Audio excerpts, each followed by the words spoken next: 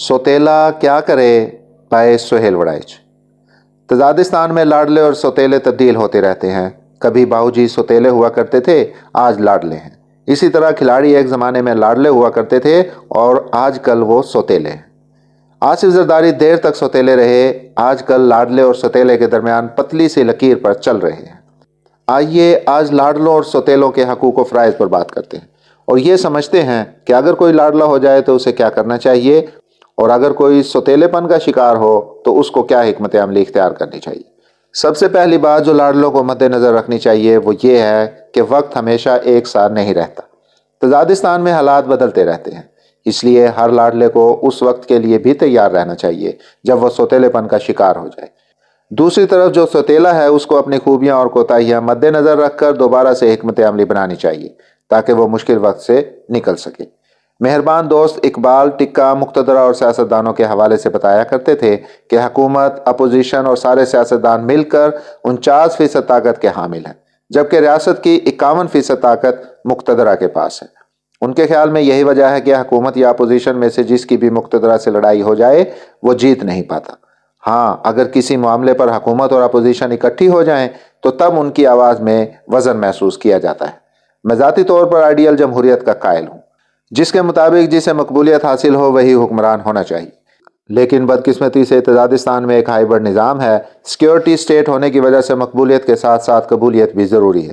اقتدار حاصل ہی اسے ہوتا ہے جو لاڈلا ہوتا ہے، اور جو بھی سوتیلا ہوتا ہے اس سے اقتدار بھی چھن جاتا ہے اور مشکلات بھی اس کا مقدر ٹھہرتی ہیں۔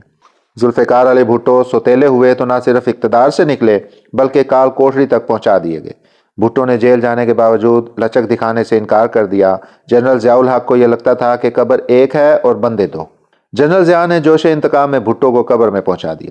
تاریخ کا فیصلہ اگرچہ الٹ ہے کہ بھٹو زندہ ہے اور جنرل ضیاء فیصل مسجد کے باہر دفن ہونے کے باوجود قبر پر میلان نہیں لگا سکے۔ بھٹو کی قبر آج بھی زندہ ہے۔ میں نے وہاں نوبیاہتا شادی شدہ جوڑوں کو سلام کرنے آتے دیکھا ہے۔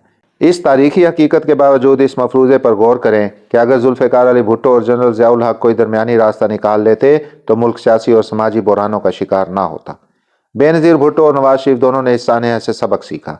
بے نظیر بھٹو اپریل 1986 میں پاکستان واپس آئیں تو ان کا فقید المثال استقبال ہوا۔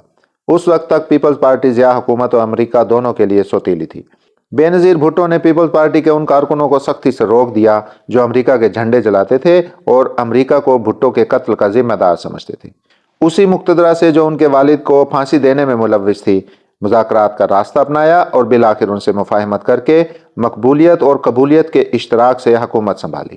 حکومت سنبھالنے سے پہلے مقتدرہ نے خارجہ، خزانہ اور دفاع کے وزیر اپنی طرف سے نامزد کیے۔ بے نظیر بھٹو نے لچک دکھا کر اس سمجھوتے کو بھی قبول کر لیا۔ جنرل مشرف کے ساتھ NRO بھی اسی لچک اور مفاہمت کا آئینہ دار تھا۔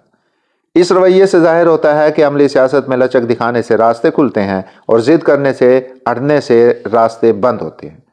نواز شریف کی سیاست میں ضد اور لچک دونوں کی آمیزش ہے۔ وہ مقتدرہ سے کئی بار پنجہ آزما ہوئے لیکن ہر بار مذاکرات کا دروازہ کھلا رکھا۔ ایک بھائی سخت بیان دے رہا ہوتا ہے تو دوسرا بھائی خفیہ مذاکرات کے ذریعے راہ ہموار کر رہا ہوتا ہے۔ لچک کی یہی کامیاب حکمت عملی ہے جس کی وجہ سے نواز شریف آج چوتھی بار مقتدرہ سے صلح صفائی کر کے وزیر اعظم بننے کے لیے تیار بیٹھے ہیں۔ آج کے سوتیلے کھلاڑی خان کے لاکھوں کروڑوں حامی ہیں، اس لیے جمہوری کلچر کے فروغ اور اس کو جاری رکھنے کے لیے ان کی موجودگی ضروری ہے۔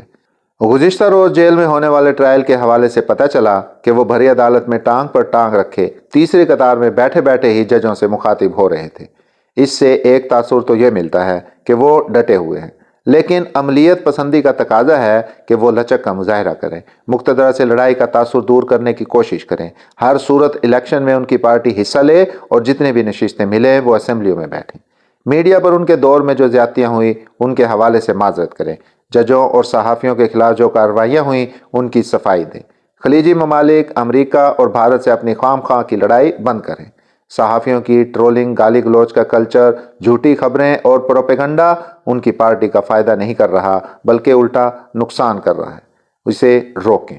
آخر میں مقتدرہ سے بھی گزارش ہے کہ لاڈلے اور سوتیلے کا کھیل کھیلنے سے ریاست پاکستان کو کوئی فائدہ نہیں بلکہ نقصان ہوا ہے۔